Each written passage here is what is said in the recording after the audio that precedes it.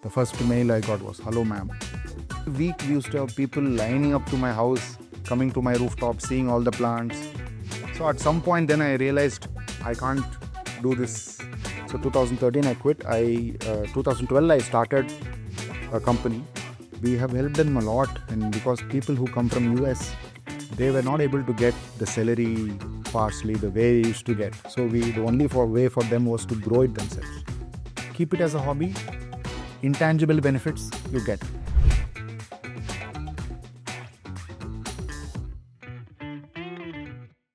Hello, Mr. Manikandan. Thank you so much for joining us for our second episode of Ekstory. It's a pleasure to have you with us. When we were discussing internally that the next guest we would have would be you, you all were very fascinated. Somehow I realized farming as a subject, with all this sustainability coming around and a lot of people leaving their corporate jobs, settling in a tier 2, 3 town and then taking up farming or the organic side. It's a very exciting space. Also, a lot of reels and all nowadays have started coming up, but I haven't come across a detailed session or a podcast where someone has come up and just talked about hydroponic farming or farming as a subject overall. So we would like to take this opportunity to understand quite a lot from you. I'm sure as something what 70% of India's population would be doing would not be possible to just understand in a short time frame, but we'll make it a try. Let's try and understand. So welcome. Thank you for inviting me, Karanchu. It's good to be here. Usually I get called for a very technical thing from a agricultural point of view. All involved in the meeting would be from agriculture, so it's a different kind of meeting. But then when finance meets agriculture, there is feasibility, viability, the actual stuff, right? So what we would discuss is behind the reels. Yeah. So what happens? And I would definitely be happy to share whatever I can to the best of my knowledge. And it's very exciting to see interest from other verticals as well in farming. Like you said, you can see way too many content outside on agriculture as well, but it is all with a different goal. But we'll see what we can come up with. Absolutely. I think I said 70% of India's population. I think 70% of India's area and 45% of India's population would be agriculture and farming. Oh, more. Okay. In fact, we rightfully call ourselves a country with agriculture as a backbone. Yeah. So majority of them are into farming, but the new trend that is also there is modern farming. Okay. So where we try and reduce the risks by incorporating technology, some predictability into it, some accountability as well. Right. So that's where the whole industry is moving towards. So bringing more accountability, answerability for the buyers, predictability for the farmers, and overall a good business where you can take up farming as a career itself, not just a business. Right. So that's where the whole direction is towards.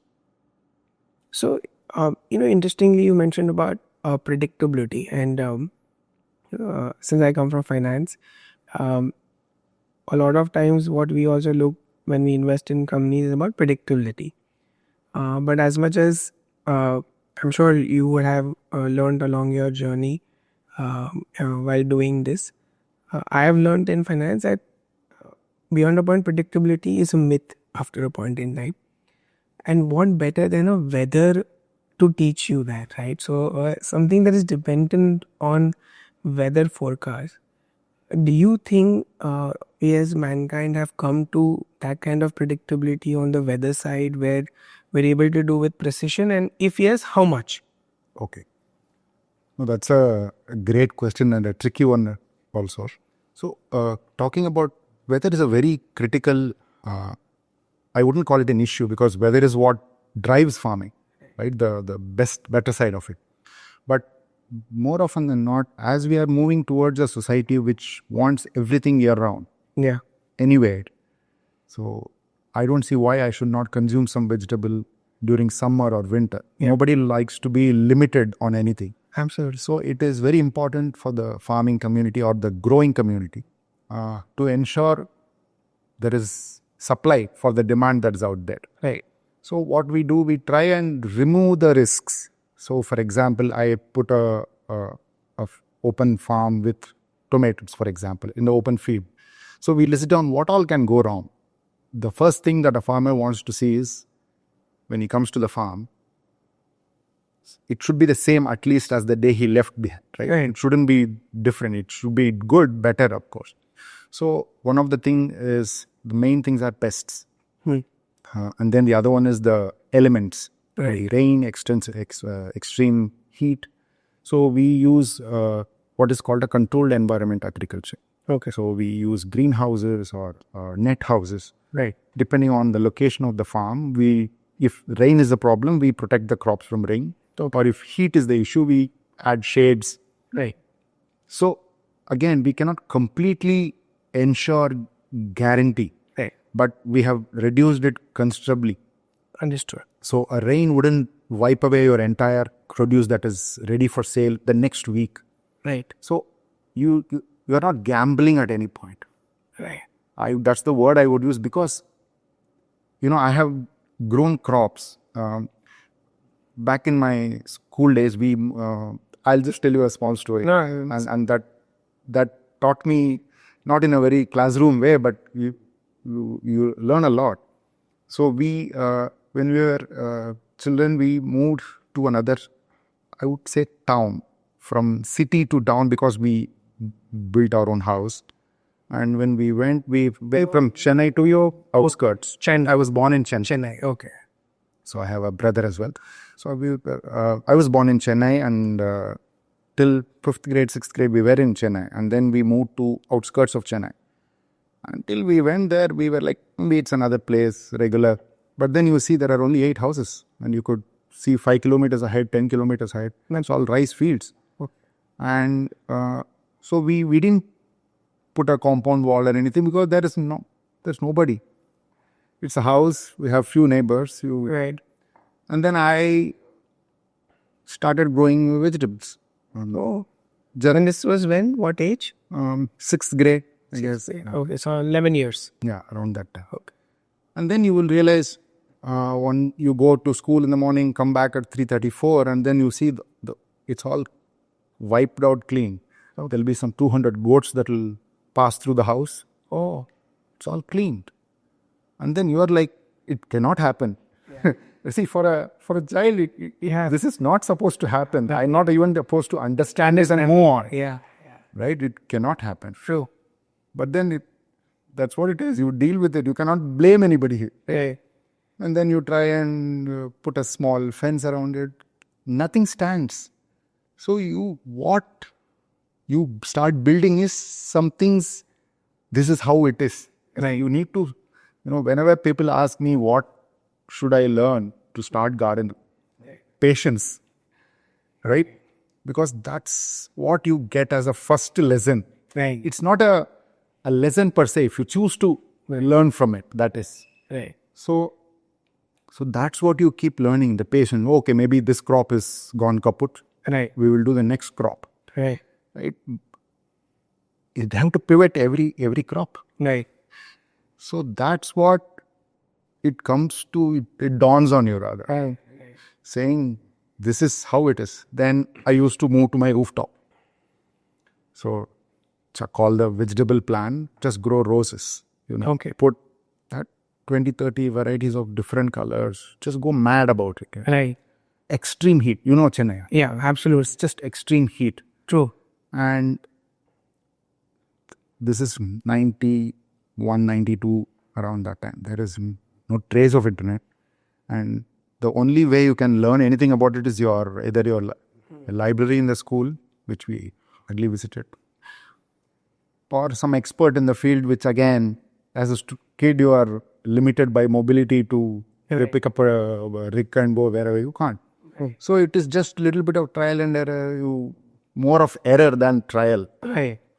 So you start getting to know the problems that one excess feeding of fertilizer, it's burnt. Next crop. Right. So next crop is not immediately you start from where you left. It is from the seed. Scratch. So the seed takes 15 days to germinate or 5 days to germinate. There is no pushing it to make it faster. Right. So that's what is the key challenge when it comes to agriculture. If I mess it up in the middle, I go back where I have to start from the scratch, and there is no nitro mode or you accelerated growth. Right. No, it has to have its own way only. Okay. So I think that's what is something that we cannot control. Right. But weather can be controlled. Right. By putting a cover around the crop, I can stop it from being affected by pests. Right. So all these things will just give an assurance to the farmer. If I tell you as a buyer that I'll give you 2 tons of tomatoes next week, I can still say, okay, we are on target, right? We are there.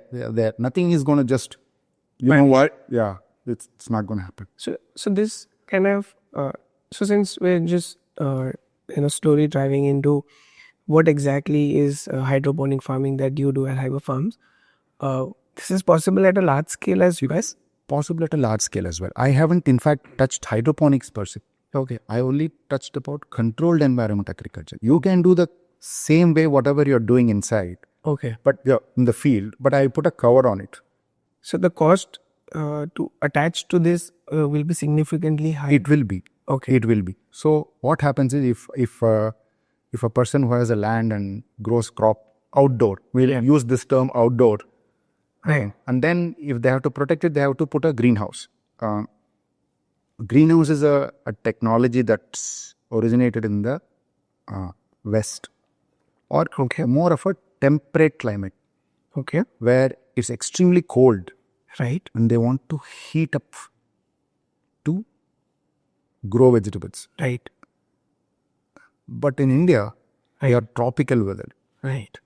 I always joked, at least where I come from, winter is only in the textbooks.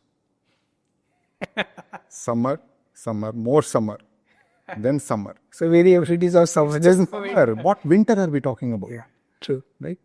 So, there, I don't need to heat the... Heat is my problem. Yeah. So, but greenhouse as a technology itself is a slightly wrong, I wouldn't use the word copy, more of an inspiration from the West. Yes. The Okay. greenhouse effect by itself is to causes heat. Yeah. So, but here we are, we have embraced the tech, we are neck deep, Right. midway in the tunnel, going back or forward is the same. But yes, we have successfully adopted and adapted the tech to our conditions. And government also has been giving subsidies to allow farmers to put greenhouses in their farm so that their output is more predictable. Right. So when I say when you said that the cost increases substantially, is it still lesser than the the cost the farmer would pay if the crop gets damaged, and how does that work? Okay, so it is very difficult to say what is the loss amount to, because the price in which they sell dictates but whereas the greenhouse is more of a just a material that has a very fixed, for example, just to throw a number, it takes about 35 to 40 lakhs per acre of greenhouse right now. Wow.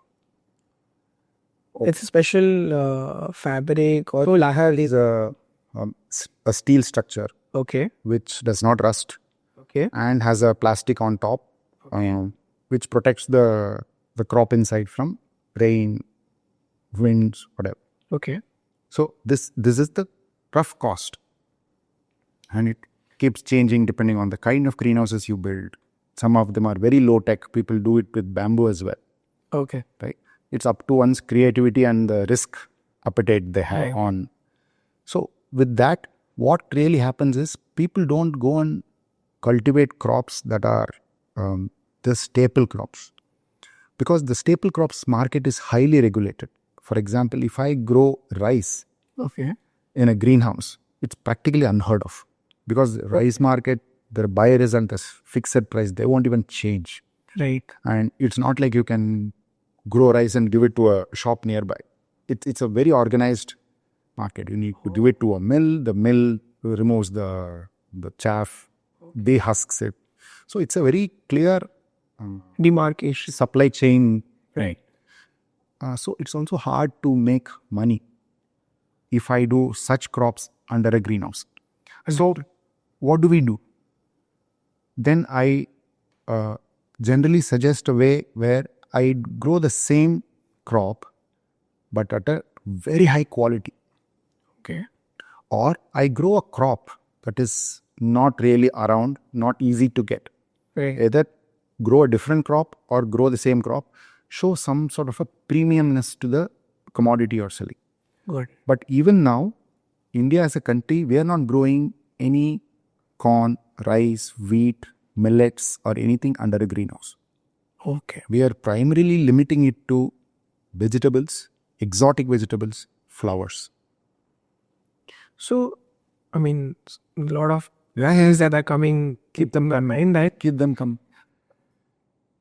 Is it because India is still not adopted to, having a premium rice, premium corn because it's a staple food that you've not gone towards that way? No, I think it is just not viable. Viable. Because what happens is, for a farmer, everything is subsidized. Right. Okay. From fertilizers to Seeds. And inputs are also, like pesticides are not something that is subsidized because there's a lot of private companies involved in that. Right. Fertilizers are heavily subsidized. Electricity is heavily subsidized and it's free. Right. Right. So there is someone growing in that context. Right. And then I come in, Right. put a greenhouse and then make it more modern. I don't get that subsidy. Right. But the selling price is same. See. So it's Not viable. it's a no-brainer for anybody to say, why will I do it? Why will I? So why will I do it then? Then I find crops that are not easily around. So the first set of crops is, what will I get good returns for? For example, it's like you would have heard the word ikigai, Right. right? Purpose. What I can grow? What do you want? Right. Are you ready to pay? Pay. Right. So this is the crux of Right. finding the right crop. And in all my discussions with different growers, aspiring growers, they ask me what is the most profitable crop? I said, if I knew it, I would have done it. I would have been doing it. Right. So jokes aside, I always ask them to focus on the profitable buyer. Okay. Right? You would pay for a burger. I mean, not you, as an example person, right? You may. I love burgers, but Yeah. Say if I read minds, yeah. you may be able to pay 400 for a burger, Right. right? But then, if the store is in an area where 100 is felt as an expensive price, the store won't sell. Right. It's not that the burger is a wrong product market fit. Right. It is we are selling it to a wrong guy. Right. So we have exotic vegetables we grow. For example, lettuce. It's not exotic right now. Right. It lost its crown. But there are a lot of vegetables like arugula. It's called rocket salad. Okay. It's a very pungent herb. Mainly European cuisine you will find it. Okay. And I wouldn't be surprised, many chefs don't know. But those who know would pay any amount to get it. Okay. Okay, it's called the farms that we have set up in Bangalore is probably the only supplier of wild arugula that has a very pungent taste Okay. to all the pizzerias, Italian cuisines, Mediterranean, etc. I've read in a lot of menus, arugula. Yeah, arugula. Yeah. So the price you get for that is about 150 rupees a kg. Right. The same crop. If you go to the... But is it difficult to grow? It is not. Okay, but It's not. then why There is a little bit of, I wouldn't say difficulty. There is a complexity? procedure to it. Procedure. Okay. Everything has its own little bit of uniqueness, some Right. change in procedure, but it's not difficult at all. So there are such crops as well. So that get you a premium. And then we were able to grow it in a greenhouse. So we are growing it year round now. And probably the greenhouse is becoming more and more of this crop than anything else now, right now. Okay. So all the restaurants are buying from the farm that I was talking about, right? And then what is also adding to it is, because the farm that is supplying is so consistent, they don't expect it to not be supplied. It is just that add more and more to it. Yeah. So that is what we are actually eliminating from the thing. If we know a crop, Right. I latch onto it and I keep doing it again and again. Right. This is where hydroponics coming. Okay. Hydroponics as a technique, Basically, so just from the basics we start. I will tell you. Yeah. So we grow in soil, right? Soil has certain minerals, raw materials, all that it has. Right. And then I put the plant. Plants take up nutrients dissolved in the soil. It does not take the soil. It takes what is dissolved or soluble in the soil when we water it. And then the plants grow. Now, after the first crop, some profile of nutrients are already taken by the plant. Then you put the second one. It takes what is left also. Third one will not have anything for the plant. Okay. Now, what do? You add more fertilizer. Now, the soil is more and more fertilizers. Also, if you really see, you don't feed the plant directly. You water we say water the plant, but we water the soil. So, in the goal of giving the plant, you are actually fertilizing the soil. At some point, you are over fertilizing it, Right. leading to fertilizer heavy soil. Okay. And then, now imagine the situation, we found the best buyer, we found the best crop. Now we are forced to rotate the crop to something else, which I have to start another buyer for. So, all my work of finding the right buyer, right crop is gone away. And then I have to look at a new crop now. That's what we want to try and avoid.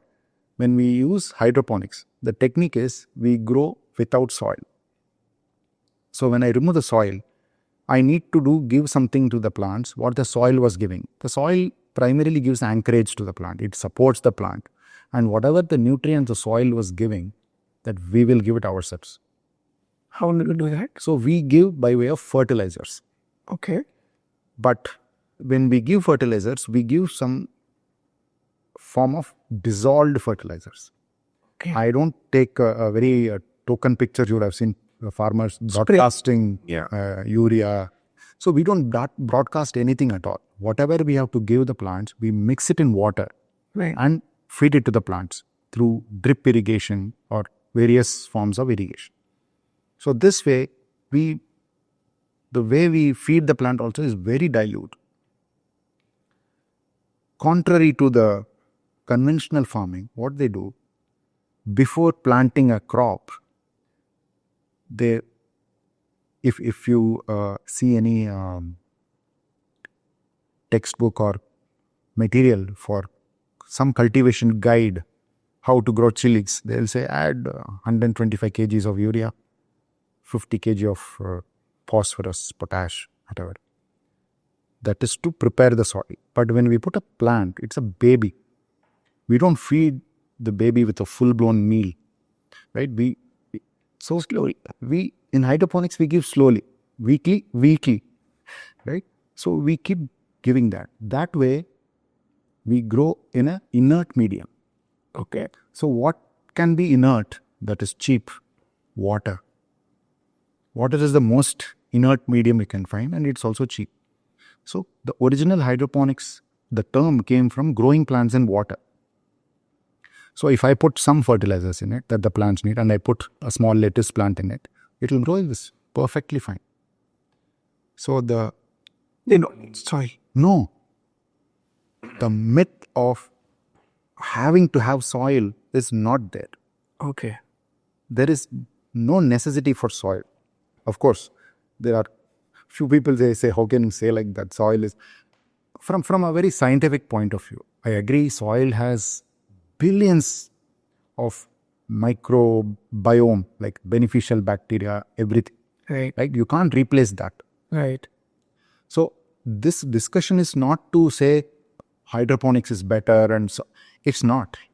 It is to say when in places where there is no soil, I cannot keep wishing for good soil and waste time.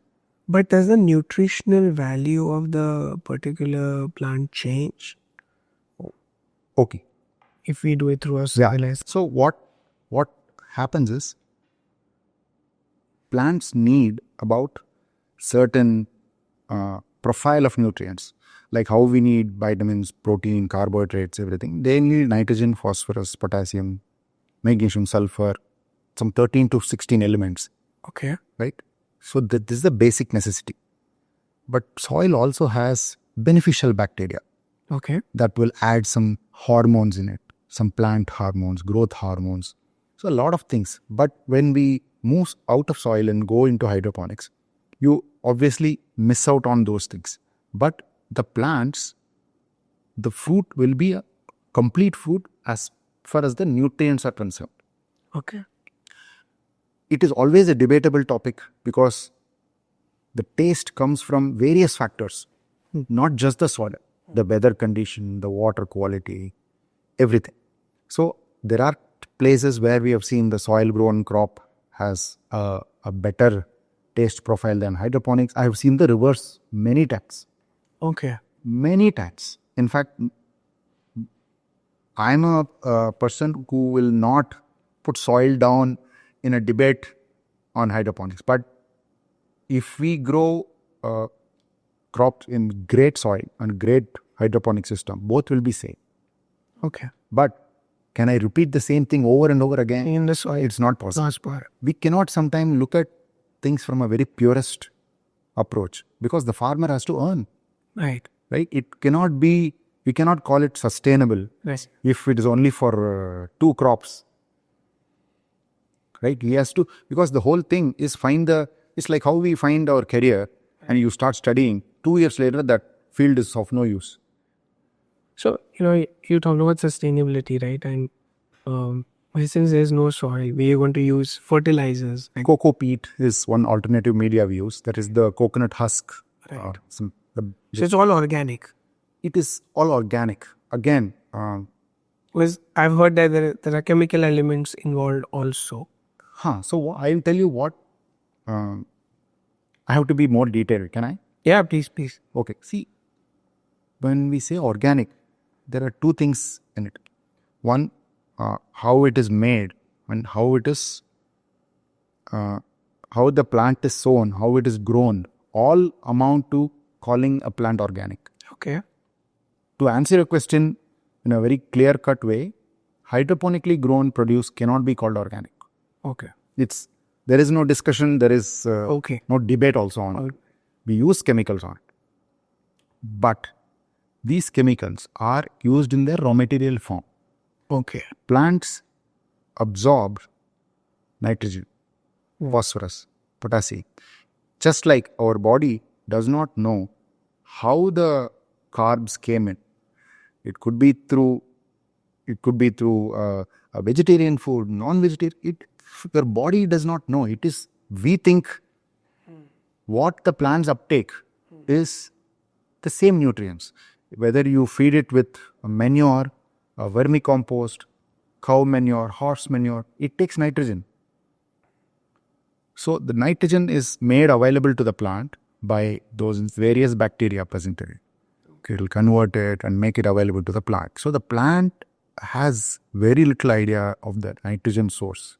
It could be horse manure, cow manure, or good just soil. Okay. So when we feed the plant directly, we avoid these need for these bacteria and all that.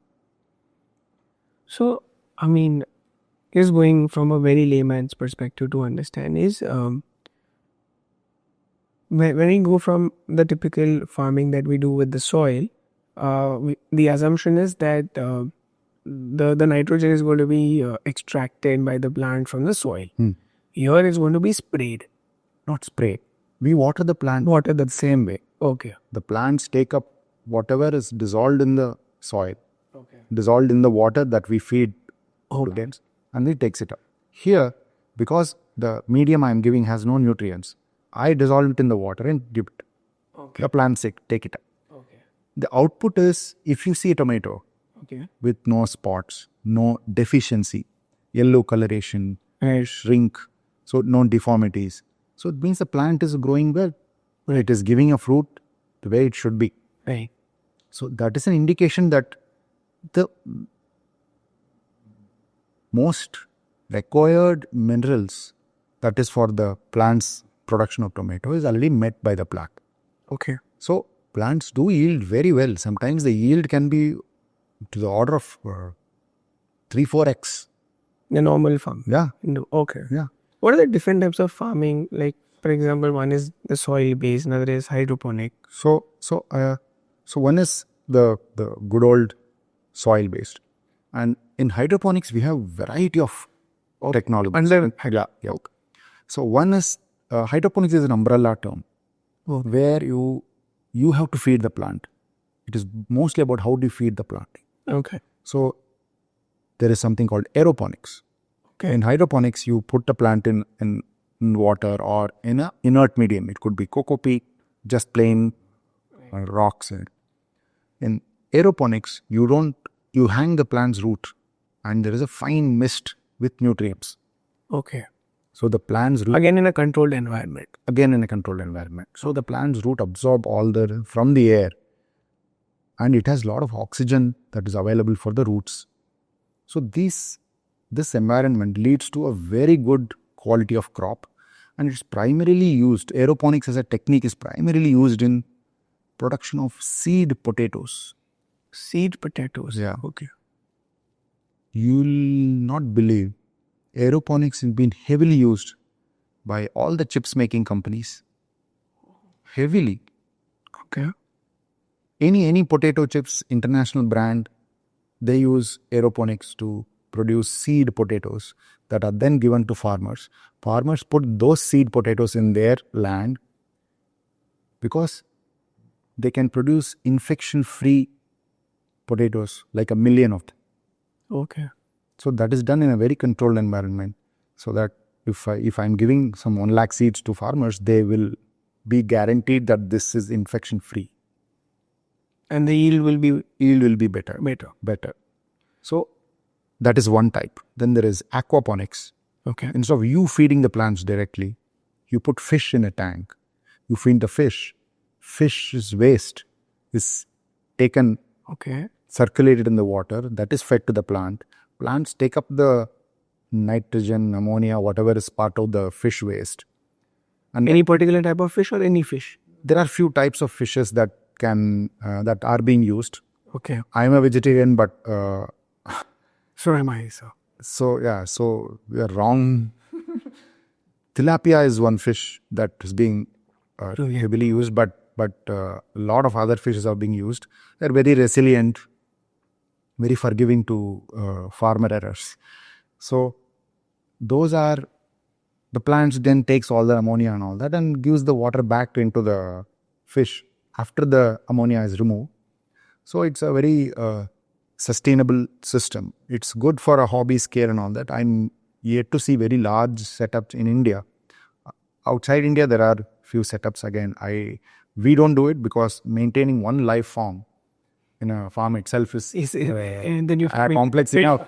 I want to not feed the fish and ask the fish to take care of it. It's that, not me. But I mean, what would be the rationale to do aquaponics? Like, I mean, if I can do something directly with hydroponics or say, for example, aeroponics that you mentioned, why would I go to? So, good question. So, what happens is the part where hydroponic doesn't entice many is the fertilizers.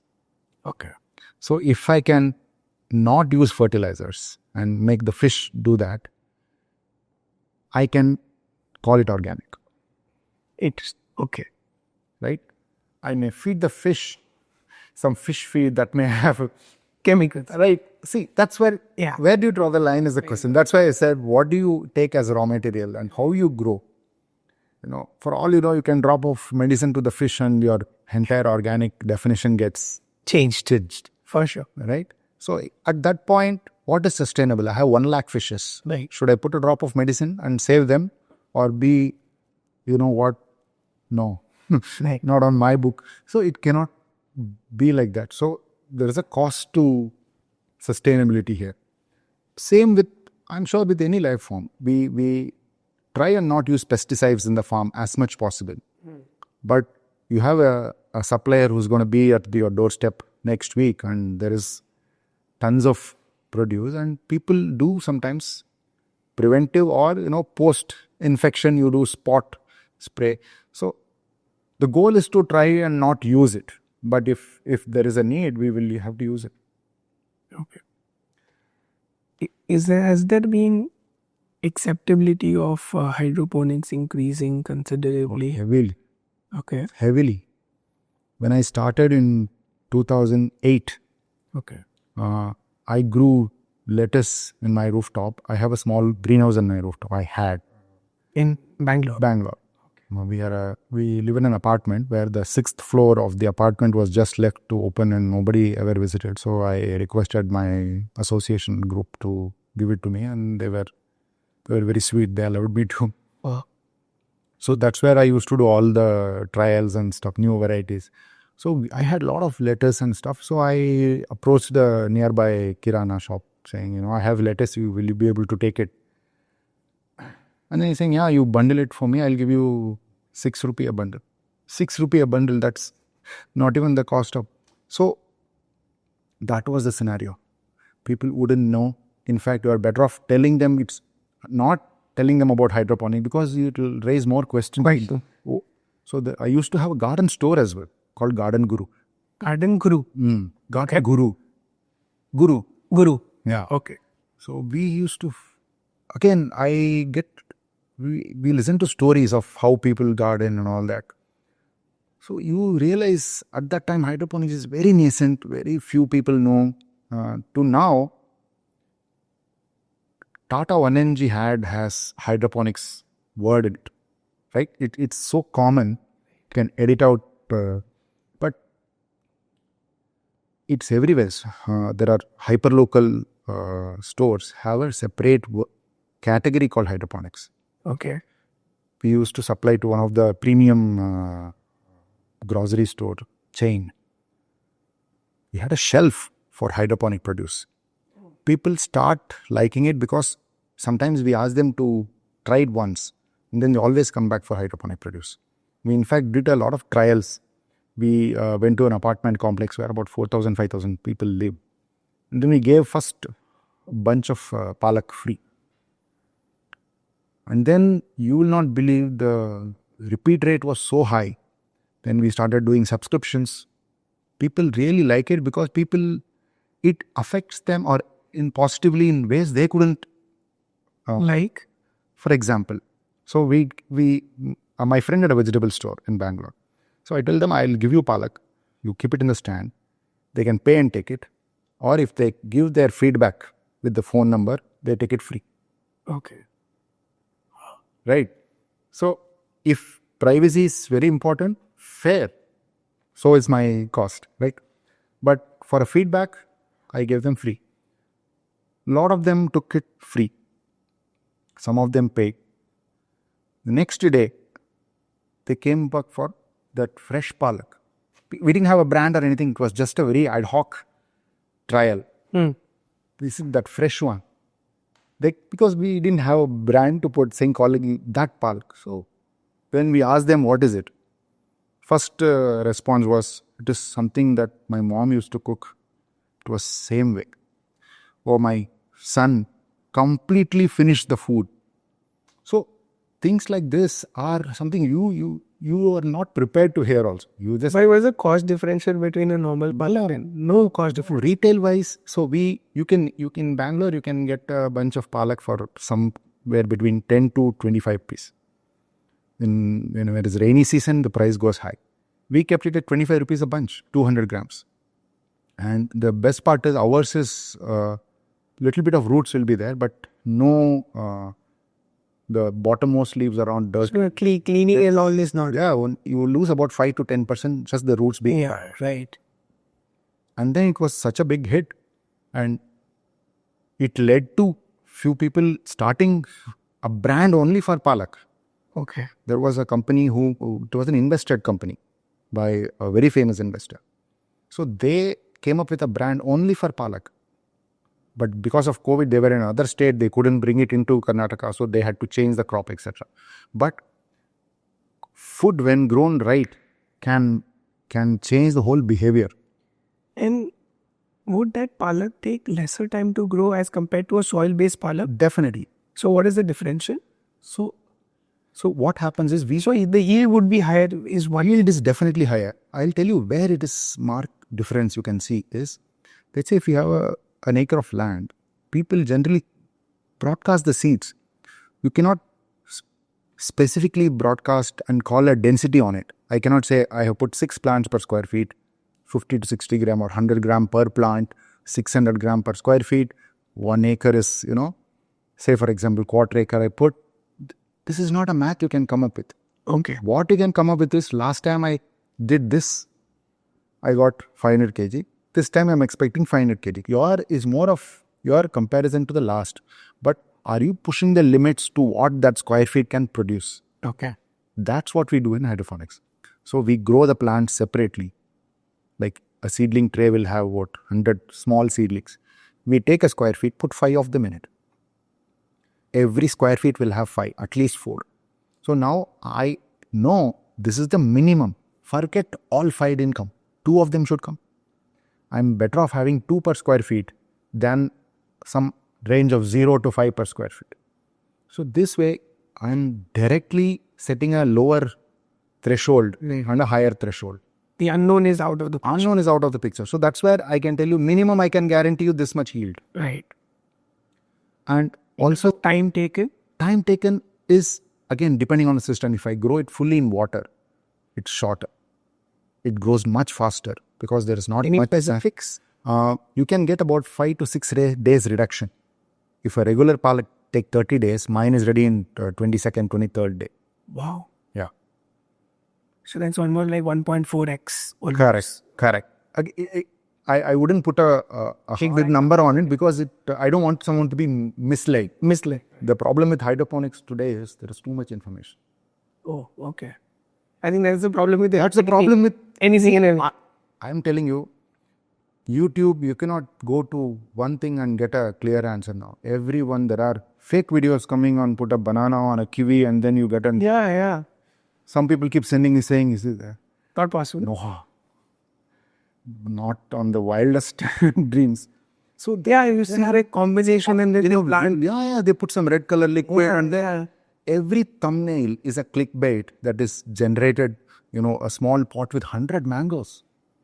What are those such myths since you busted this one? Come again? What are different such myths that since you busted this one? No, so there are several. I don't know where to start. It is Just a few. everything. So I keep seeing yesterday there was one small mango tree with at least 200 mangoes, in a pot. The pot has close to 10 kg of soil. Each mango is about 500 gram. 200 mango is about 100 kg. Where did 100 kg come from? Right? And there are a lot of genuine myths, I would say. Right. You put this, you put dried eggshells, you put, and there are some of them are partly true, some of them are with a salt. Right. But those are okay. But some of them are really, you take a banana, put kiwi, you put the plant, and suddenly one banana plant is there. Yeah. It's all for views. A budding gardener or a farmer farmer won't be that gullible to. Yeah. Gardeners can easily fall for it. One of my friend purchased bonsai seeds from Amazon. Okay. See, bonsai is a way of growing. And it's expensive, right? It is expensive. So I have to take a plant, train it, cut it, and take 15 years to grow. Oh. It will have the same appearance of a grown tree, but in a small pot. You have to put in the hours for a bonsai. You cannot get it from a seed and put it. Okay. Right? Yeah. It is like saying being a vegetarian is a way of life.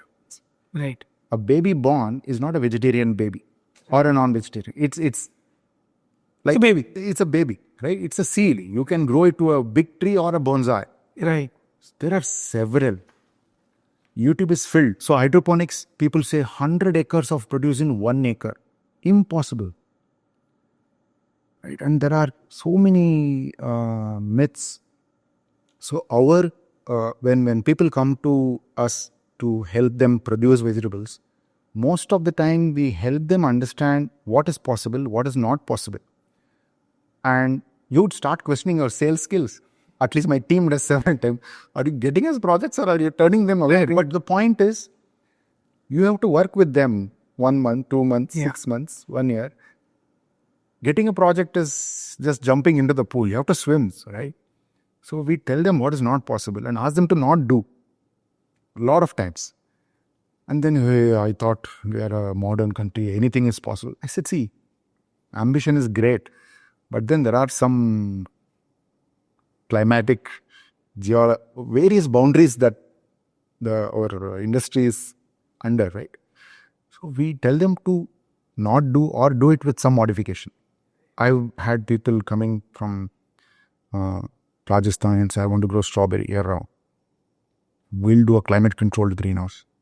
See, if you have to bring Alps into Rajasthan, you can, but doesn't mean you should, because the cost of the strawberry is going to be extremely high. At some point, it will outprice the one that you import. So what are we trying to prove here? So that's where reasonability needs to. It's so a lot of times I tell them you should not grow it. Don't do it. Yeah. So that's where the lack of information is not the problem here. There is much of it. Right. Then they say climate controlled environment agriculture means anything can be grown year round. So many of them, I would like to add this point as well. Agriculture, like any other business, needs solid attention. People, nowadays, the interest for hydroponics, controlled environment agriculture is mostly seen in industrialist, corporate entrepreneurs who already have established in their area of choice. And then they start diversifying or, there is a farmer in you. Then they see, ROI is so less. See, you would have taken 15 years to reach where you are in the other business, right? How it is not agriculture's problem that. So, and they think if it is, I'm not putting it in a bad note. It is very natural for them to think because of the information overload around. Absolutely. But good things take time, right? Controlled environment, right? So it should grow by itself. Everything can be automated. Right. So I'll do my business. Yeah. And it's not a side care of its sidekick. It will go and take care of itself. No, it doesn't. It doesn't. So that's where we tell them it's who is going to head it. Yeah. Right? Because it cannot be a side hustle. It can never be a side hustle. Farming is the job that needs your time, like whether it is soil time. I always tell them it's not quality time, it's quantity time with the farm. So, you mentioned about trying to do something in Rajasthan with respect to strawberry, which requires the condition. Yeah, that was an example for. So, the underlining still remains that the outside weather still has an impact even on the controlled environment. 100%. Okay. 100%. I'm glad you brought this up because we only control to some extent. That some is the fine line between possible with technology and sustainable, and then you're just plain mad trying to do something. That's just the ultimate line there. right? And yeah, because see, also when you work with industrialists, not possible is something that should be solved, Yeah. right? You see the what I'm talking about? Yeah. It can be solved, but there is a whole ecosystem has to change. See, internet was there since 2000, as long as it could remember, right? Content economy wasn't there all the time. Right. There is a whole lot of things that has to come together to Make it happen. The availability of internet at away prices, Android phones all over the place, and social agreement on others making money. Right. So it's there is a whole lot of things that cause this, Yeah. Absolutely. right? My first video on YouTube was 14 years ago, right? I should have been a millionaire by now, only on YouTube ads. Yeah. But the thing is, it takes time. The context has to be correct. There are people who started hydroponic farm or even hydroponic companies that set up technology in 2010, 11, 12. None of them are existing now. Oh. Yeah. Okay. So the point is, you need to also, whether you want projects or not, you want your deal or not, your client or not, if it is not going to grow, you are practically killing the tech. Right. Yeah. So that is where our key focus is to educate them and take them stop or go. Right. Every mode with the customer is like, do we stop or go forward? We stop or go forward. So There was a lot of psychology building when it is naming the because they also know sometimes. I'll tell you another very funny story. When I there is a connection, I'll tell you. When I was in corporate, I was in Oracle actually. I'm not an agri graduate or anything. we actually missed talking about child. So we come that's why we come this so long. No, but go ahead. So I was in software. I passed out in 2002. Okay. I did computer science, information tech, but it's all under the same. But I was very interested. I also applied for agriculture degree and I got a seat as well. But back then it's all software isn't. Other areas of work is not as lucrative as software, and everyone wanted to build some financial strength. So I felt, looking at where we were, it was no-brainer to choose software, and I'm very glad I did. So I chose software, but there was always, agriculture. I was like, So how did this agriculture actually come in? And I also wanted to ask you, you did that you shifted from a main city to a town. What was the reason for that? so we were in a rented house in the city, and then In Chennai. in Chennai, and then we moved to our own house, and we were to go a little later, but so we moved, and a lot of things weren't done. There was no fence or anything. We moved in. At that time, I saw a truck full of plants go by, and that was it. I just ran behind the truck and bought 2 plants. Okay. Till then, I had no plant with me. It is not something I saw the world without plants. I wanted to change. There is no. It's just some random event. Nothing from family members. No, my all this happened after that. Okay. Right? I just took some plants and we thought it's good for our home. We should have some plants. Right. Okay. Right? Because back then everyone used to have plants. Sure. It's not like Yeah. I shouldn't be even talking. Before, there are everyone talking and growing and stuff, right? Now it's suddenly special. So I just got some plants and started growing, and my interest became more and more intense. So I'll tell my grandpa, my maternal grandpa, he was many things, but he was also a farmer. So I used to tag along with him, take him on a bicycle to some really far off places, meet director of horticulture, ask him some stupid questions. And what age? What age were you? 7th, 8th grade, around that time. Yes, all madly interested, try and do everything in the house with that.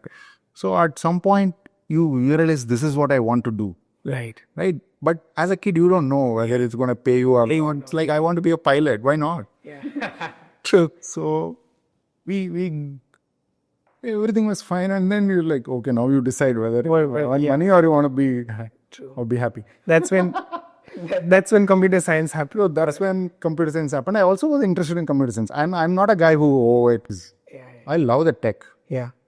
So I studied Then I completely got into tech. I moved to Bangalore. I was blessed to travel a lot. Uh, Because of your work. yeah, mostly US. So multiple times. And then 2008, I was more and more, I see the other side of stuff. I was like, we should do something. Then I thought, okay, at that time, the company I was working for in the US got acquired by Oracle. So they had a choice whether you want to stay here or move back to India. I felt, to kind of settle in life, I wanted to move back to India. My parents are there and my now wife's parents also are here. So it's good to be in India. You were married back then? 2008? No, 2009 I was married. Okay. 2008 I was in ITPL, so a little farther side of Bangalore. So sick of traffic, I moved to close by area and I had a rooftop on my own. And then when I started searching for material to procure for terrace, I started gardening again after school in 2008. And then there is not a single website that tells you, oh, you're in Bangalore, you want to start a vegetable garden, go here, buy these things. No, nothing. The websites that come up are all Walmart, go here, buy Home Depot in the US. Oh. So I felt this is not how it should be. So I started So the term hydroponics was not even popular in the US back then. It was very popular. It was very popular. Very popular. So I started a blog called Geek Gardener. Okay. And remained anonymous. So there was no name or gender or anything. It was called geekgardener.in. Okay. And then Still there? Still there. So that was the spark that started this whole thing. Okay. And then you will be amazed by the kind of responses I used to get. The first mail I got was, "Hello, ma'am." See, I tell you, the people have a lot of perception, right? Perception. Hello, uncle. Hello, man. I'm gardening, so I must be a woman. I'm gardening, so I must be retired. Right? You get to see a very colorful approach, and all the more I stayed anonymous to see this is fun. This is fun. So, you were like 33 at that point? Yeah, 30. No, 28. 28. I was 80 born. 80 born, okay.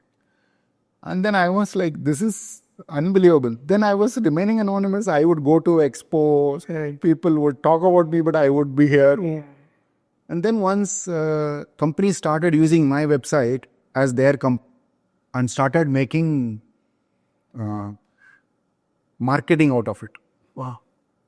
Then I had to... They exist? Yeah. They don't exist today. Which one? That company, Yeah, they all exist. Okay. They know me, I know them also. Did you ever tell them that this is all my stuff?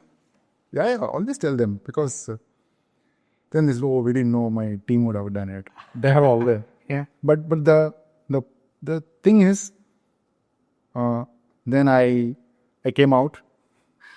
So it was at that time. Then they have a face and a name with their website. So they started asking me questions. I would go to Infosys, give a workshop, go to a school, all free. I mean, no. This is quitting. No, I didn't quit at that time. Oh, you came back to India, bhai. Yeah, I came back to India. Okay. You were still with Oracle. Yeah. All with every, go to Lal Bagh, a free webinar, I'll give them, seed company, everywhere. It's just no use. I have given gardening talks on Fab India, Fab Mart, Mall, just some 10 people, anywhere and everywhere you can put your nose in. So then I started getting a lot of people asking me products, saying, I'm not able to source cocoa peat. I checked all your sources that you wrote in the blog. I'm not able to talk to them. They are not, you can store it to me. So every week we used to have people lining up to my house, coming to my rooftop, seeing all the plants. So at some point then I realized I can't do this backyard sale. It's no longer that, right? It's no longer side hustle it was. Then I realized I should either do justice to this or this. And then around 2013, I completely quit Oracle because I also had my baby that time. So 2013 I quit. 2012 I started a company. It wasn't called Hyperfarms then. It was called Garden Guru. Okay. a partnership company. And from then we did a lot of hydroponic project. I did one first project for Hero in Nimrana, Rajasthan. Their rooftop hydroponics we did for a 1/4 acre. So all Department of Horticulture in Nimrana is like those hotel stays. Nimrana is a place Right? where Hero Motors have they have a Right. huge factory. Understood. On top of the factory, they had something called a green factory. Okay. So more towards sustainability, etc. So with that, I did a 1/4 acre hydroponic system, growing lettuce, etc. That was my first hydroponic project. In 2011, while I was having my leg on both, I did a 1.75 acre of color capsicum in a place called Dandeli in near North Karnataka. Okay. So that also used to be wide. So I finish my work, Friday evening I leave, then Monday morning I come back. So weekends used to be that. So it helped me understand customers, what works, what doesn't work. So that's where we started. So why I said that is,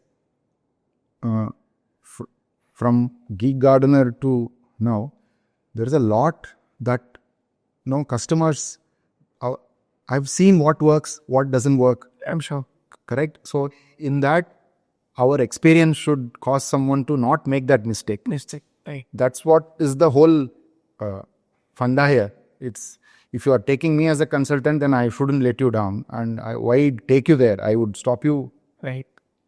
So that's where the whole idea was, to understand. And so why I wanted to say this is, The incident. right, when people ask me, hey, I want to do a side hustle, my father has retired, he will do this, manage this farm. I said, see, this is not a lady or a father-in-law retired, father retired. It's not like that. Whoever does it, it does not have to be a skill or anything, but they have to put the time. Right. Why I said, that's what I remembered. You are doing gardening, so you must be a housewife, Right. things like that, right? Stereotypes. So a lot of it are, in fact, when we're in the store, you get some wonderful stories. But you meet a lot of people in India, outside India also come to us. We have helped them a lot, and because people who come from US, they were not able to get the celery, parsley the way they used to get. So the only way for them was to grow it themselves. So we have lot of customers back then. Now Garden Guru is more of an online store. We don't have the walk-in store because the whole practice of people coming into a store is gone. People do online shopping now. Yeah. So we have extremely skilled people sitting in the store to help them, but that's not being used. So I realized that's not going to work. Switch it to online. Yeah. So you started in 2013, and if I have to ask you today, you said that people cannot look at it as just a side hustle, right? But there would be people who would be coming to you saying that I want to create a garden, and you manage it for me. So do we do that at Hyperfarms, and what all exactly we do at Hyperfarms? Okay. So what we do at Hyperfarms, I tell, and then what kind of customers also I will tell. So Hyperfarm is a tech company, which is an agri-tech company, to be very specific. Okay. So what we do, if you're a person who wants to get into farming, you could be a farmer already, want to move into hydroponics as a growing system, or you are in an entirely different industry but want to get into agriculture as a venture. So they come to us and then tell that this is the kind of land I have, this is the crop I intend to do, and this is where I am, this is the market. Then we look at their entire context. So you are in location X, you want this crop, whether is it possible or not. If it is possible with some modifications, you need a different controlled greenhouse or a different type of automation. So we tell them in what circumstances this can be made possible, or it is not possible at all. If it is to be possible, then looking at your location and where the market is it feasible for you to supply? Sometimes you can do production excellently in Ooty, But if your marketplace is somewhere else, then the whole logistics is going to eat away your margins. So there are multiple parameters that one need to consider before you can call that feasible. Right. So we do this sort of a analysis and tell them whether it is possible or not. What they are thinking. May want bell pepper at this location. Right. And then they may have, say, I want at the selling rate of 200 rupees per kg. Whereas market is only giving you 80 or 100. Or maybe it will give you 400, but only for few days in a month or a few months in a year. So we'll kind of normalize their expectation versus what is reality, and then tell them what is possible.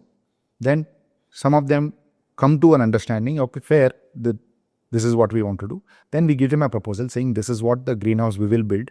This is the infrastructure. Whether you want to grow leafy greens, we'll put some pipes with water or bags with cocoa pit in it. And then what kind of automation you want? You want to automate the irrigation, you want to automate the greenhouse, it'll automatically spray water to cool down the temperature. All these things, we suggest what all they should do and then give proposal for the entire farm setup. That includes material supply, our consulting, and then Manpower, everything.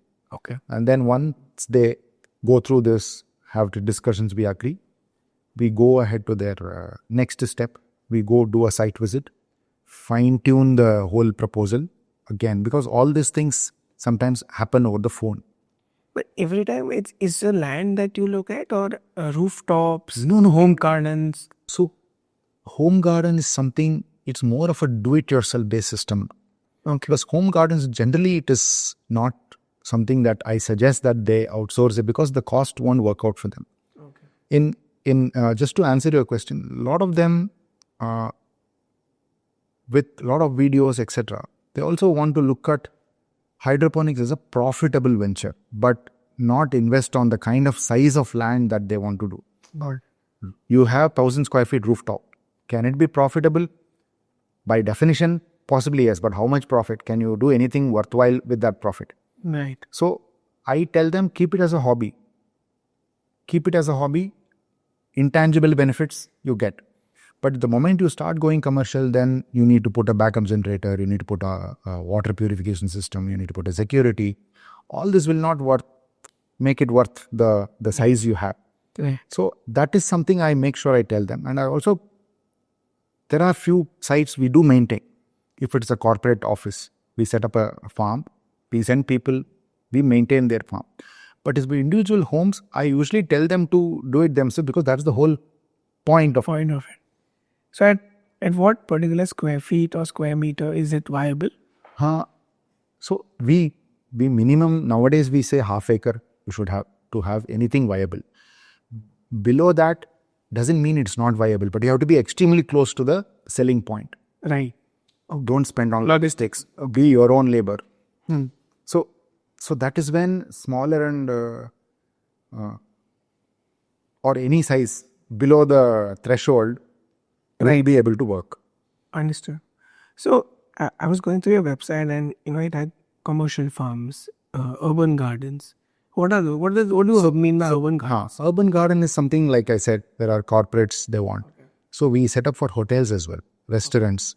Right. A lot of restaurants want a hydroponic farm where their own produce. Correct. So the Leela in Hyderabad is one. They have an indoor farm we have set up for them.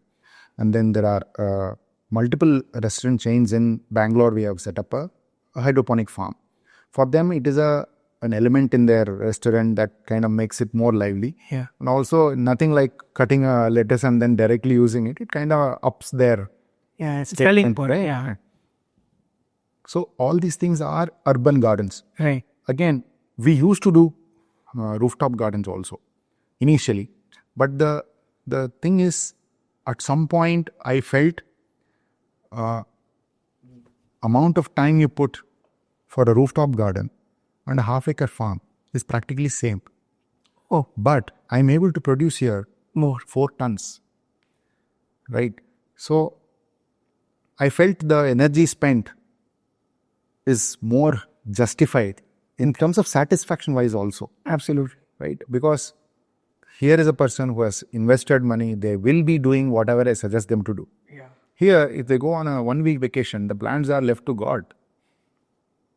Of course, there is irrigation and all that, but then, Yeah.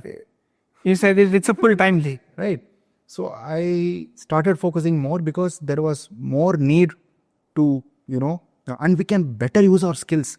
Right. We have a lot of expertise in terms of technology, in terms of designing the entire farm, making sure everything is perfect. The thing, when you can do it well, you would want to do it.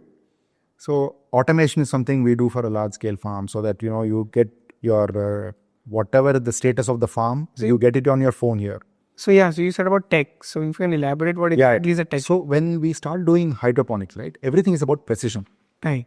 If I have to give 200 ml per plant per watering, there is a 200 ml plant. Right. So that has to be given. In the app, it's like an app. In the app, we have an app, we have a website. So we have an equipment at the site, which you go and tell, I have the farm divided into 4 divisions: tomato, bell pepper, cucumber, and some other crop. Water tomato at 9 o'clock. Use tomato fertilizer in barrel 3 and dilute it 50 times. But for bell pepper, use 100 times dilution because it's little sensitive. Right. Like that, you can do all kind of combinations, and it will do very religiously every day. No festivals, no nothing. Right. It will do. And a lot of times when we hire manpower for farm, right, one thing that we make them do is unlearn. Okay. Because a lot of times I have felt we go and tell them, you should sow it in coco peat, but don't have to water it. You are telling me I've been growing for last 25 years, right? But you make profit or not? That's what. So a lot of times you are, you face this kind of, I've been doing so long, dash, right? So we make them unlearn. And then also when we start doing hydroponics, they also feel good about it. You make things and then suddenly it has come so well, Yeah. right? It's so good. And then you see the morale going up. And then when we do in elevated tables, right? A lot of hydroponic farms don't be planted on the ground. Right. Have it slightly above. So there's bending and the toiling is not there. Right. So we have everything covered with what is called a weed mat on the ground. So there's no weeding. Okay. Majority of the work farmers do in their crop is not for the crop. He's Removing the weeds. Okay. Killing the pest. Okay. For the crop. That's not a problem in a hydroponic farm. No, there are no weeds. Okay. There is no weed. Well, the soil not be. Yeah, maybe I can show you some pictures too. Yeah. You elevate the crop. These are in tables with water flowing in a pipe. So there is no chance for a weed. Okay. And then, so everything is also a little easier and more, you see results in front of your eyes. Right. So we train them also on how to do these things. So that way, it is easier for manpower to quickly pick up farm workers. So that's where when we train them, this is one of the things that we do. So where were we on the aspects of flow? Aspects of things that we do. One is the setup, the infrastructure, and then we train the staff, right? Because for them it is very important that when the owner of the farm or the investor is not there, they should take actions quick, not depend or someone to give an approval and do, because these are all very instantaneous things. So how big is your team? My team is about 14 people now, 14 to 50. Okay. So we have only core.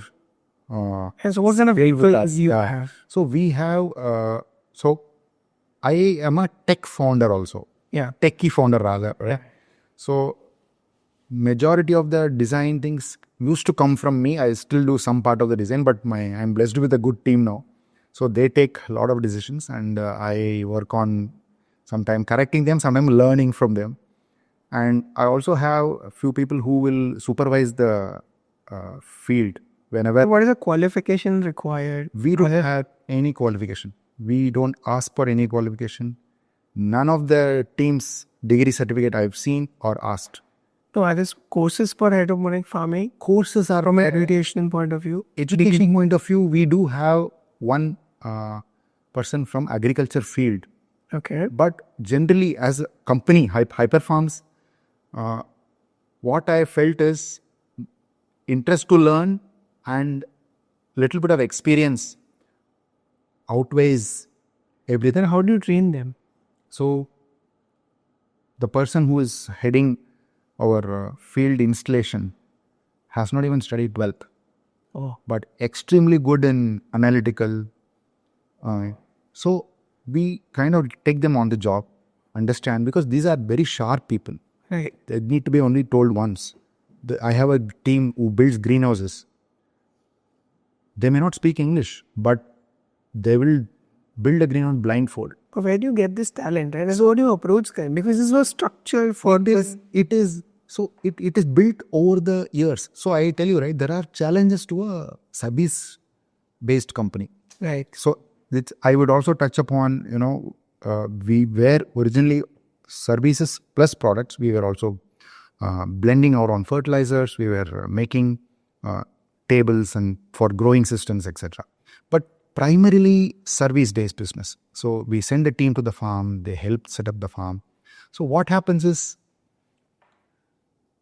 at least from the Indian customer base point of view, there's not a very clear scope of what services are. I'm sure you will relate to it more. So, I mean, with all due respect, there is some point, or most of the time, you always end up doing more than what your service It's more shaped for. Yeah, relation based. Yeah. Right. And then your service business again start from zero every year. Yeah. So that is something, though we put enough number of hours and lot of tech in coming up with these designs, I felt there is a gap. And I'll tell you why. When we set up farms of this premium automation, everything, before that, what happens is you build the farm, you leave it to the farm management or the team, and you come back here, suddenly you get a call saying, hey, this pump is not running. And then you go and see there's no water in the tank. And obviously, the pump is going to run dry. But then nobody will tell you that they didn't fill up the water. Because it's just, oh, I filled everything. So, and they would definitely not put their job at risk, right? So then we realized it cannot be, I take accountability, you make mistakes. So then we put systems in place. It is not even for selling to others. It is to ensure you're hearing what we are seeing, or it's a different picture. Yeah. So we put enough systems in place. I know before the person in the farm knows. Right. So is the water filled on time or not? How many times it has gone up and down? Like an SOP. Everything I get minute by minute, the humidity inside the farm, temperature inside the farm, whether the tank is filled up or not, pump, how long was it running, everything. So I know if the plants are wilting, then the humidity went so low, then what was. So now I also am part of the solution or problem, but nobody can tell me that this was done properly, yet thing failed, right? It is not. Do you think this model is scalable? It is. Okay. It is. So what we started doing is we started measuring everything. Now, if there is a pump that is supplying, okay, what is the current it is drawing today? It may get more technical, but no equipment just fails like one fine morning. It keeps dropping hints all along. It is just that we don't see it. Now we know.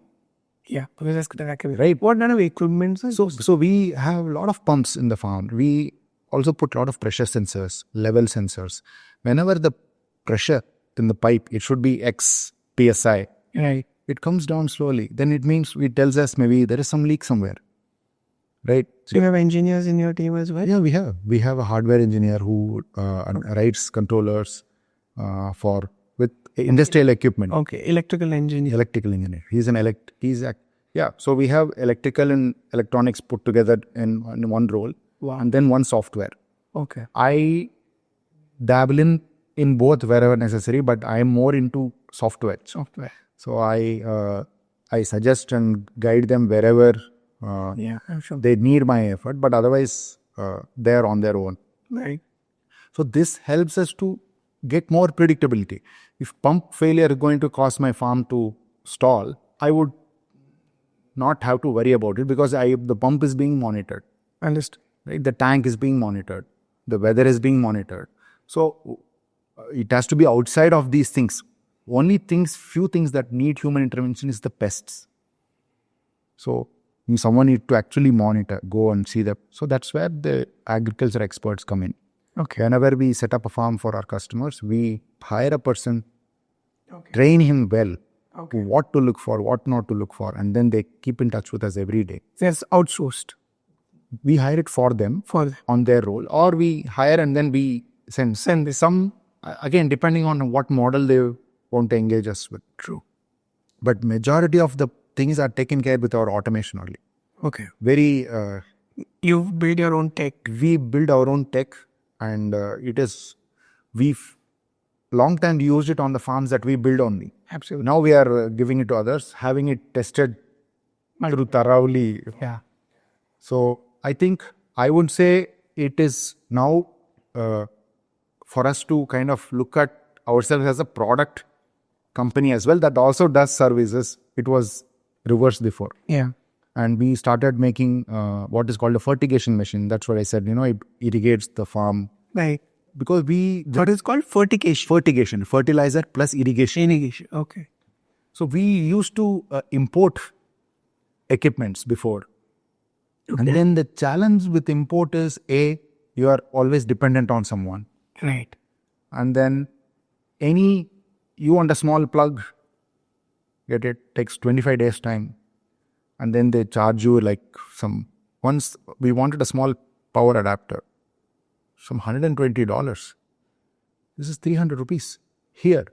But the moment I take it from them or I take it off, I lose my warranty. Yeah. Right? But this is where it's just common sense. You can just buy it. It's same voltage, same ampere. Yeah. Just for the cost, if I'm forced to buy and spend, because farm is not an industry like a fertilizer plant. Great. It's not like that. They can fund any amount. A farm has a very limited fund. They cannot wait for 25 days for you to get a certified plug. All they need is next crop has to get going. So then we realized it's better off we build it ourselves. We have the tech. So we started working on this last 1.5 years ago. Put everything in place, tested it thoroughly. We have a full-fledged testing ground floor of our office only for this purpose. And it has taught us so many things on what all problems can come with customers also. There are some places where people steal the equipment and go, what do you automate? So you put things in place, don't put the antenna inside, put it. Yeah. So there are various peculiar problems. What exactly is polyhouse farming? Polyhouse is interchangeably used for greenhouse. Okay. A greenhouse is in its original sense is made with glass. Right. Glass is too heavy and it is only used for places where we have winter. Okay. The snow and all that. Here we don't have such requirements, rarely hailstorms. So we use what is called a polythene sheet, a thick sheet. So hence the name polyhouse. Okay. The last guest that we had, so we have a very interesting thing where we asked him, then what would you want to ask the next guest? So the last guest we had wants to ask you, then this is a book that you are reading. Good. Yeah. See, how do I say? Okay. I'm not a book person. Okay. And I don't have a problem saying it. I'm more of articles person. Okay. Right? The book has to work hard for me to get beyond 5th page or 10th page or me. It's not my problem. I follow Nawal's. Okay. I follow him. Okay, I follow him. So reading multiple onus of the book to impress me, not the other way. I have to stay disciplined because but I read a lot of articles on mediums and other stuff that are very relevant, and the algorithm works in beautiful ways. Yeah. So generally on my whole areas of interest is tech, AI, startups, Right. and then some amount of weight loss as well. So all these are the ones I keep circling between. And generally, in a year, if you see, I'll go to, there is some sort of a standard pattern I see. Right. I'll be deep into tech, then deep into some self-help, how to stay calm, all these things, and then I read a lot about intuitive learning. Okay. That's a very favorite subject of mine. Intuitive learning and then intuitive teaching as well. Okay. So I like to teach Wow. on how to make people not study anything but remember without having to study by having a click Right. in their thing, right? That's been my calling also. Okay. Where do you teach? As in, whenever, so all these trainings and all that are a byproduct of wanting to teach. Okay. So a lot of times when my daughter has been extremely useful in trying my teaching on, Right. but I feel having interviewed a lot of people in my industry and prior to agriculture in software also, there is a lot of shortage in people who are coming in. People say they are an engineer, right? If they are an electrical engineering, can they just out of the college do what they have taught them? Yeah. I'm not telling this in a negative sense, but everyone should ask this question, saying, can they do something what they are taught? Practically equivalent. What they are taught. Yeah. I'm not even asking extra. Yeah. So I see a lot of gap. Yeah. So because people, I'm reading something which I'll never use. And I'll tell you why I say this. In agriculture, we have used every single tech, every single math we have studied in the college and school. Okay. Right? I always find how to apply this. Right. You want Fourier series? Yes, we have used. Okay. You must have heard of Fourier series. If not, also I differentiation, yes. Integration, yes. Trigonometry, yes. Simultaneous equations, yes. Linear algebra, yes. Operations research, yes. So all these things tell you that a lot of times it is just bad teaching. Yeah. That make them feel. It's not the what, the how. How? So I feel we should, if you fix teaching now, maybe 15 years later, you will see bright students coming out. So what exactly you do in intuitive teaching, which is different? Not teaching, intuitive learning is also, I see how a same thing, what to, see, these are not work I create. It is for me, if I get time, I learn about how to learn also. What is the kind of thing? How do you teach? For example, how do you teach differentiation to kids? How do you teach complex math to kids? How do you teach AI to kids? You need to... How to teach differentiation, but then forget and teach integration. When I could never go to integration. So, for example, they all have an thing saying what I'm learning is of no use. Okay. Who told? Then you are not scratching it enough. Right. So, when we started doing a lot of work, there is so much of thing to learn. We did a farm in Ooty. 18-degree inclination. We are at a top height. And the farm has to be built like this. Yeah, like a slope. Like on the slope. We use trigonometry there. Right? We don't know how far it is this. Yeah. So we know the height of this point because that is also a hilltop. This is also a hilltop. The slope. Everything is done. It's very simple math. I have had a lot of people in training having difficulty in volume calculations.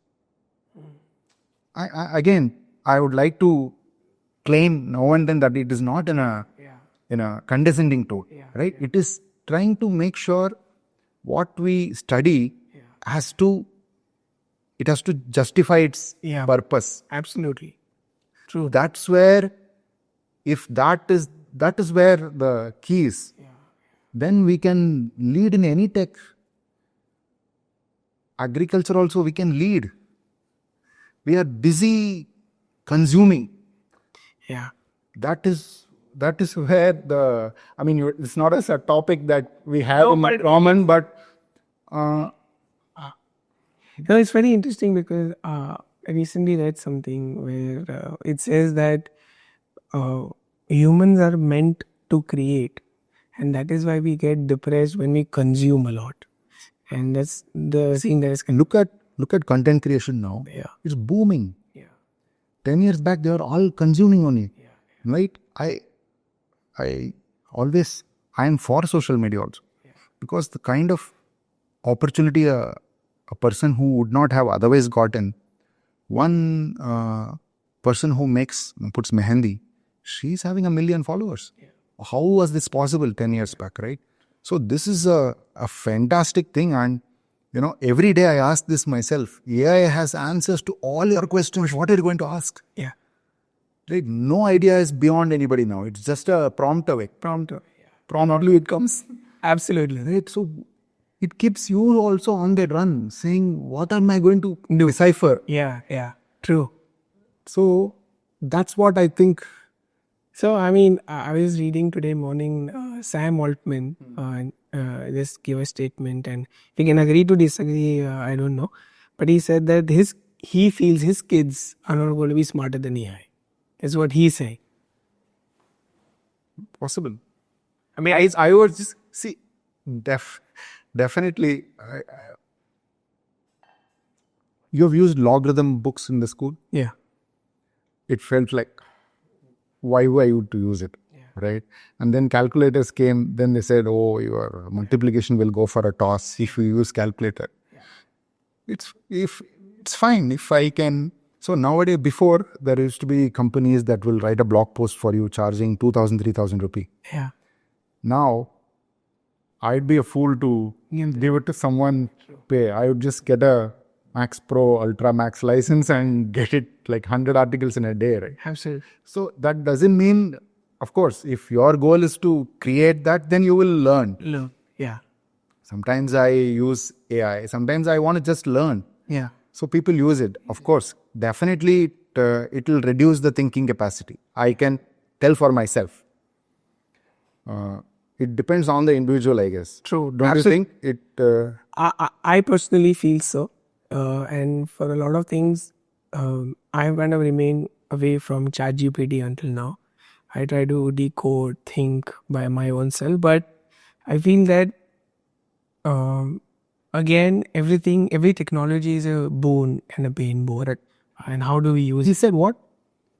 His kids, he does not feel will be smarter than AI. You can never be smarter than AI. Yeah. Isn't it? Yeah. He just said that's all. Even his kids or anybody, you can never be smarter than AI. It is like having 1 billion books read. Yeah. And it can do wonders, but you can make an AI. Yeah. But yeah, I think it is up to the individual. Right? So, you talked about a lot of things at the start, in terms of predictability, gambling and patience, at times things going kaput, and I could really resonate from a perspective of our industry in terms of finance and wealth management. And at times, stock markets are considered as gambling, right? And we need predictability. We need patience. If a stock goes down, if your idea has not worked, it's okay. It's at an individual level. You don't look at it. You look at the portfolio level. Learn from your mistakes and go ahead, right? What has been your financial farming journey at your end, personal level? Can you give me the question again? I couldn't exactly. So it'll help me shape my answer. Yeah. So again, investing again is like farming, right?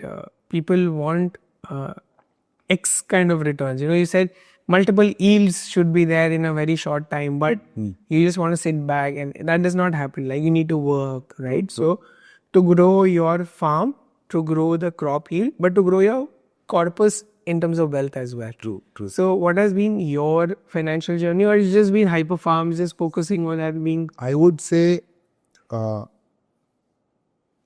from initial days where we were building awareness because hydroponics was a technology not widely known. So let alone selling, you need to tell them what it is and then sell it to them. Right.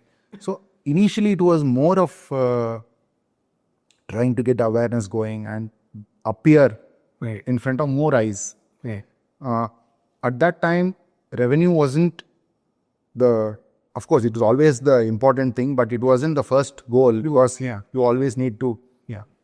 And then once we started making a revenue, our goal was to ensure it continues. Right. So at no point we were primarily interested in building a corpus because I always say it's building a bus while running the bus. Right. So it was always that. And then you were constantly Juggling. checking things, changing the bus. So at some point, various points we pivot, key decisions we take. Not to say we didn't we had great projects. It also kept our overall financial health better and better. We are at a point where we are primarily into making it grow further. Right. So because we know that out there exists a time, we are nearing it also. So that's why we see we are strengthening ourselves in pivoting into areas that are opportunity rich. Right. And outside India also we see tremendous opportunity, especially with agriculture because of the market receptiveness in terms of all the produce. Outside India also there is excellent opportunity. So that's where I would say we are headed towards. And maybe in a couple of years we will reach a point where we will now think of how we can manage the funds and etc. But what one thing we have been very conscious about is we will take funds when we know we can pay them back hugely. Right? Not that we cannot do it now, but it will be even more better. And also it is easier because I feel every step only strengthens, and also all the work that we have done, it's now working to our favor. So all the automation, the tech we are building, before it was all services. You cannot call it as I have it right now. Yeah. It is out there, but More like your own. Correct. So now we have a lot of tech at par with the products outside India, inside India as well. So I think we have a sufficient intellectual property also built along with these things. So it is a good time to build the traction. We are seeing great traction now on the products that we have built. And I think very soon we will be in a position to scale it. Okay. So currently we're majorly in Bangalore only? We are in Bangalore. Bangalore. Our projects are across India and outside India. Okay, We did a project recently. We did a project which is one of the largest in Maldives. We did a 5-acre farm in Maldives, the largest the country has seen. How do you manage that then? We did almost 1.5 years it took. We sent a team of 45 people. Wow. I stayed there for 4 months. My team stayed there for 1.5 years. Wow. We finished it and it is producing crops amazingly well. Private or the government? Private island. Okay. It's a private island. It's a beautiful island. So that was a case very suitable for the use case there. Absolutely. And now What are we growing there? melons, cucumbers, bell peppers, lettuce, palak, coriander, mint, Wow. watermelon, brinjal. Yeah, Amazing. that is going on. And then we are about to start one project in Malaysia. Wow. And a lot of... We don't have these things listed on your website as success stories. So we have to start. In fact, we are on the works of fully revamping also because we don't have products listed as well. Yeah. So that is also, it's going through a full revamp where the products will take more center stage. Right. And then service are vehicles for these True. products. So we are profitable right now? Yeah, we are. Wow. Very much. And it's always been bootstrapped. So decisions are easier to take. Yeah. And we can stick to the core value all through your journey. Because a lot of times, when you're in service industry, you need to be prepared for the future job and then have people. It never is the other way. You get job and then you learn for people. That's, yeah. So what may look like, oh, for an outsider, it is in the plan. Yeah. So you know you're in this phase. So it's managed well. And we also make sure we don't just lavishly do things. We are a lean and mean company. So that's on the professional side. On the personal side? On the personal side, yeah, I have, I'm not a investor. I am, sometimes it's usually my wife who does all the investment. I am more into building Hyperfarms, trying to see what will be next and not miss the boat on that. Yeah. And also trying to be what more meaningful, where we just don't get carried away. Nice. So that is where mostly it is Hyperfarms. Hyperfarms. Trying to build the team, remain the team. Yeah. And which is women are, better with money. Oh, yeah. It's been said since years. They are, and it made sense because Vinitha takes care of it quite well, and she also is one of the directors in the company. Wow. And Actively involved? Actively involved. She handles all the finance, works with an accounting team, and then ensures all compliances are met. Everything is to the detail. So one thing I was happy is I got her involved. So all my problems are also her problems. I don't know. At our home, I don't know how to deal with it alone. That's interesting. Work pressure means she knows already. Yeah, what is going on? True, makes sense. And your daughter, is she involved? No, my daughter is only 7th grade. Okay. Yeah. Yes, you have one daughter. One daughter. Okay. But then I'm sure that she would have the same passion as her father at the younger age. She is generally, She misses the rooftop. Not so much. My wife only manages the rooftop also now. But generally I make sure I tell her to learn a lot. Okay. And, and fail often. Yeah. I tell the schools also to make the successes they will learn. They don't need help to grasp success. Yeah. Teach them failure also so that they know. Yeah. Because it's the most important skill to take. Yeah. It's tough. Yeah. Otherwise, it's people go on their own way to manage it. Absolutely. So, I don't want to talk much about finance, but since you feel that there has to be somebody handholding the client from a farming perspective, do you feel there is a need for you to be handled by somebody on the investment side or financial side? I would say yes, definitely. And I'll tell you why. Because at least from my point of view, I've been all through a tech guy. Yeah. Right? And when the hand-holding has to happen is probably at certain threshold of personal finance, whatever corpus they have in mind. But it is good to have someone who has a proven experience in terms of handling it. Right. Right. Again, the reason I said experience is to ensure the current context. Yeah. Advice is all over the place. Right. Yeah. You need to separate the weed from the seed. Right. Yeah. That's what you need to do. I think that's precisely what it is. And usually the current advice is given by whom? Banks. Yeah. And it is always to their favor. Yeah. Right? So that's where a neutral company would be very helpful. True. And I tell this from my personal experience also. One guy comes to you saying, open a current account, and I see so many benefits. Next month he's in IDFC. He's pitching for this new branch. Right? Hey, and I was like, you just said last month, this is the best. Right? So that's dangerous, no? Yeah. So I need to be with someone who doesn't dropship, on my side. And also people also have to, the my side has to be mature enough to ride the roller coaster. Right? People, that's when I said I failure, right? Yeah. People chicken out. Yeah. Oh, this is... So all the more important to see if this is planned. Failure is a given. It's speed breaker. You you go on a ride, you don't turn back from a speed breaker, right? Yeah. I keep telling my daughter this.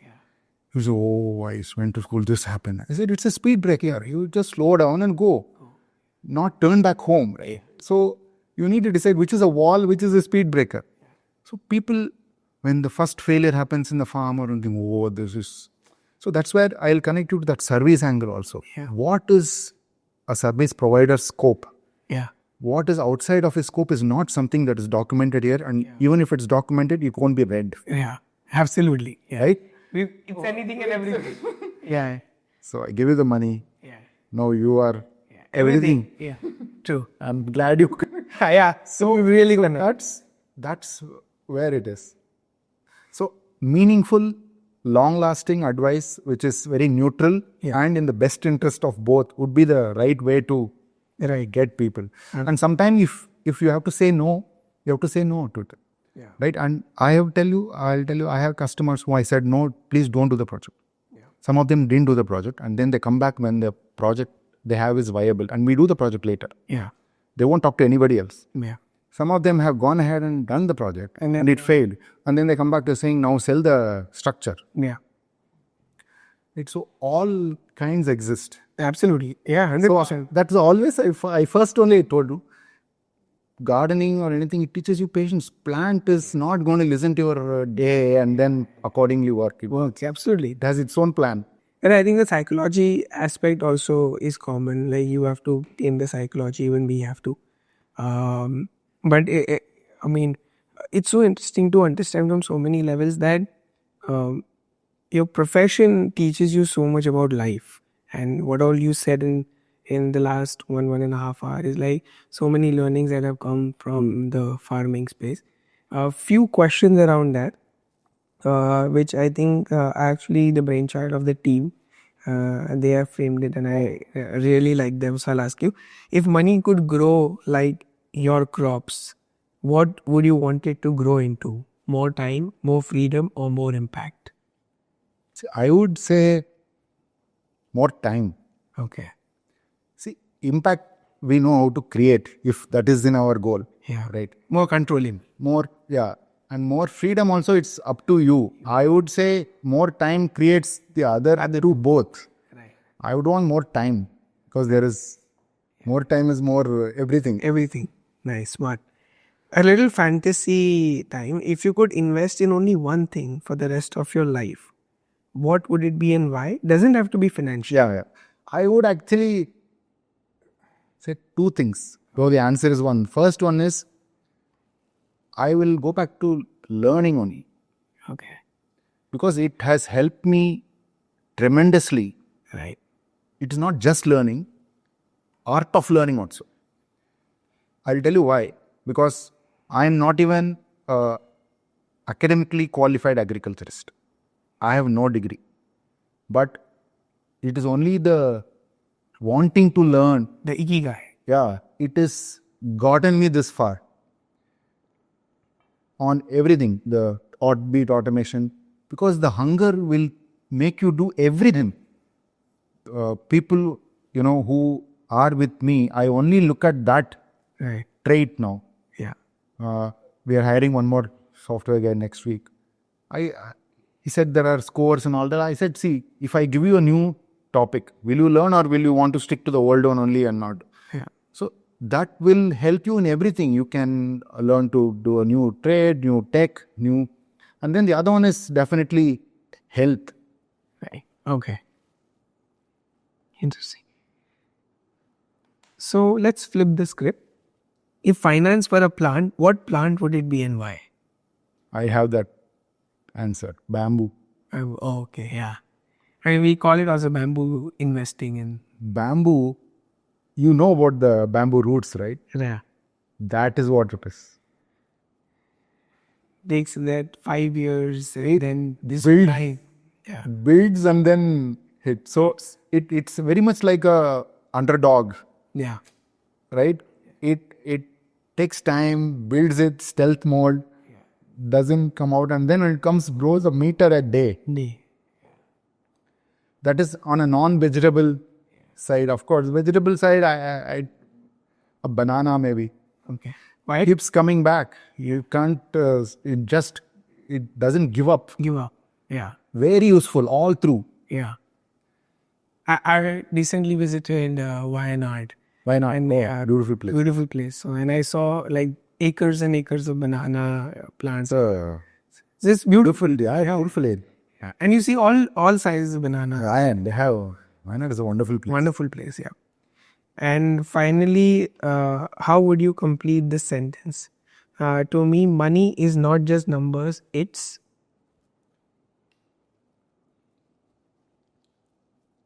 I would say it's a bit of everything. I don't have a very clear wow answer, okay? But it is an instance of thing, so I have always felt today we are making these fertilizers, right? We make any formulation you can give, we can derive with how to make it cheaper, how to make it. But 2008-9, I was working on it hardcore. It was all that I was trying to do. So this was actually an instance of some work you did in the past. So money is actually a snapshot of something. Right. It could be your IP, it could be someone's hard work. So means Instance of something. It's, of course, it's a value, but it's a value as a snapshot of something. Something. Okay. Very different.